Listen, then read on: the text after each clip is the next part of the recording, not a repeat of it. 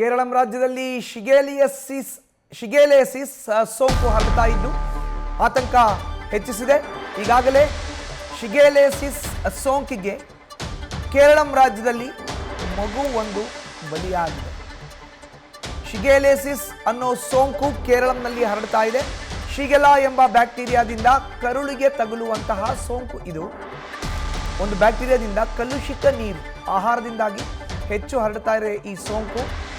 ಮಕ್ಕಳಲ್ಲೇ ಈ ಸೋಂಕು ಹರಡ್ತಾ ಇರೋದ್ರಿಂದ ಆತಂಕ ಹೆಚ್ಚಾಗಿದೆ. ಸಣ್ಣ ಸಣ್ಣ ಮಕ್ಕಳು ಈ ಸೋಂಕಿಗೆ ತುತ್ತಾಗ್ತಾ ಇದ್ದಾರೆ. ಈಗ ಇದು ಕೇರಳ ರಾಜ್ಯದಲ್ಲಿ ಆತಂಕವನ್ನ ಸೃಷ್ಟಿಸಿದೆ. ಮಾಹಿತಿಯನ್ನು ನೀಡ್ತಾರೆ ನಮ್ಮ ಪ್ರತಿನಿಧಿ ಚಂದ್ರಮೋಹನ್. ಕೇರಳದಲ್ಲಿ ಹೊಸ ಸೋಂಕೊಂದು ಹರಡ್ತಾ ಇದೆ. ಅದರಲ್ಲೂ ಪ್ರಮುಖವಾಗಿ ಮಕ್ಕಳಿಗೆ ಒಂದು ಮಗು ಸಾವನ್ನ ಕೂಡ ಅಪ್ಪಿರೋ ಅಂಥದ್ದು. ಏನು ಈ ಸೋಂಕಿನ ಗುಣಲಕ್ಷಣ, ಯಾತಕ್ಕಾಗಿ ಈ ಸೋಂಕು ಇಷ್ಟು ವ್ಯಾಪಕವಾಗಿ ಹರಡ್ತಾ ಇದೆ? ಕೇರಳಂನಲ್ಲಿ ಭಯದ ವಾತಾವರಣ ಸೃಷ್ಟಿಸ್ತಾ ಇದೆ. ಹೌದು ಮಧುಸೂದನ್, ಮುಖ್ಯವಾಗಿ ಕೇರಳದಲ್ಲಿ ಈಗ ಮಾನ್ಸೂನ್ ಬರ್ತಾ ಇದ್ದಂತೆ ಬೇರೆ ಬೇರೆ ಸೋಂಕುಗಳು ಕೂಡ ಆರಂಭ ಆಗ್ತವೆ. ಈಗ ಮತ್ತೆ ಶಿಗೆಲಿಸಿಸ್ ಎನ್ನುವ ಸೋಂಕು ಹರಡಲಿಕ್ಕೆ ಆರಂಭ ಮಾಡಿದೆ. ಮುಖ್ಯವಾಗಿ ಇದು ಬ್ಯಾಕ್ಟೀರಿಯಾದಿಂದ ಬರುವಂತಹ ಸೋಂಕು. ಬ್ಯಾಕ್ಟೀರಿಯಾದಿಂದ ಮನುಷ್ಯನ ಕರುಳಿಗೆ ಈ ಸೋಂಕು ಹರಡುತ್ತೆ.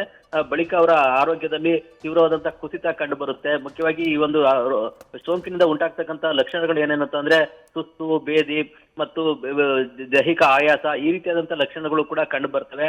ಈ ಶಿಗೆಲಿಸಿಸ್ ನಿಂದಾಗಿನೇ ಈಗಾಗಲೇ ಕೇರಳ ರಾಜ್ಯದ ಕೋಯಿಕೋಡು ಜಿಲ್ಲೆಯಲ್ಲಿ ಒಂದು ಮಗು ಕೂಡ ಸಾವನ್ನಪ್ಪಿದೆ. 4 ವರ್ಷದ ಮಗು ಸಾವನ್ನಪ್ಪಿದೆ. ಇನ್ನು ವಯನಾಡು ಜಿಲ್ಲೆಯಲ್ಲಿ 20ಕ್ಕೂ ಹೆಚ್ಚಿನ ಮಕ್ಕಳುಗಳು ಕೂಡ ಅಸ್ವಸ್ಥರಾಗಿದ್ರು. ಅವರೆಲ್ಲರನ್ನೂ ಕೂಡ ಆಸ್ಪತ್ರೆಗೆ ದಾಖಲಿಸಿ ಚಿಕಿತ್ಸೆ ನೀಡುವಂತ ಕೆಲಸವನ್ನ ಮಾಡಲಾಗ್ತಾ ಇದೆ. ಮುಖ್ಯವಾಗಿ ಕಲುಷಿತ ನೀರು ಮತ್ತು ಕಲುಷಿತ ಆಹಾರ ಸೇವನೆಯಿಂದ ಈ ಶಿಗೆಲಿಸಿಸ್ ಸೋಂಕು ಹರಡುತ್ತೆ ಅಂತೇಳಿ ವೈದ್ಯರು ಹೇಳಿದ್ದಾರೆ. ಹೀಗಾಗಿ ಕೇರಳಂನಲ್ಲಿ ಈಗ ಕಲುಷಿತ ನೀರನ್ನ ಜನರು ಅಲ್ಲಿ ಮಕ್ಕಳಾಗ್ಲಿ ಸೇವನೆಯನ್ನ ಮಾಡಬಾರ್ದು. ನೀರನ್ನ ಸೇವನೆ ಮಾಡೋಕ್ಕಿಂತ ಮುಂಚಿತವಾಗಿ ಸಾಕಷ್ಟು ಎಚ್ಚರಿಕೆಯನ್ನು ವಹಿಸಬೇಕು ಅನ್ನೋ ಒಂದು ಸೂಚನೆಯನ್ನು ನೀಡಲಾಗ್ತಾ ಇದೆ.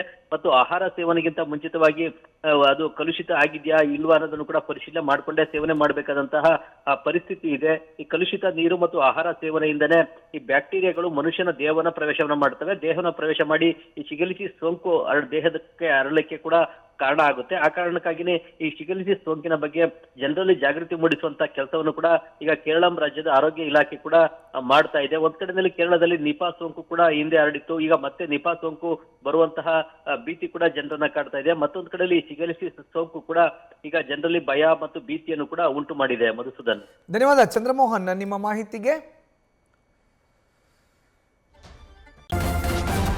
ನ್ಯೂಸ್ ಫಸ್ಟ್ ನಿರ್ಭೀತಿಯಿಂದ ನಿಮ್ಮ ಪರವಾಗಿ.